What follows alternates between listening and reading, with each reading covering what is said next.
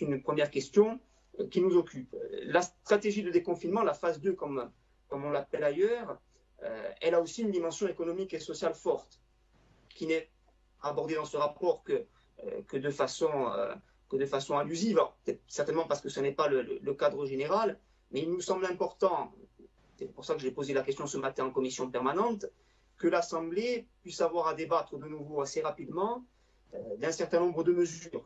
Je voudrais en citer une seule, en tout cas à titre d'exemple.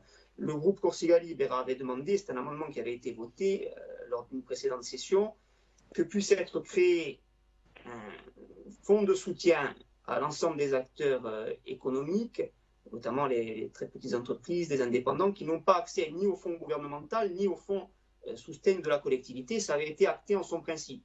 Et il nous semble qu'à partir du moment où on envisage une reprise d'activité, eh bien cette question de la pérennité d'un certain nombre d'acteurs économiques, de petits acteurs économiques, est une question qui est tout à fait centrale. Donc, voilà, moi, au niveau de la stratégie, voici les principes généraux.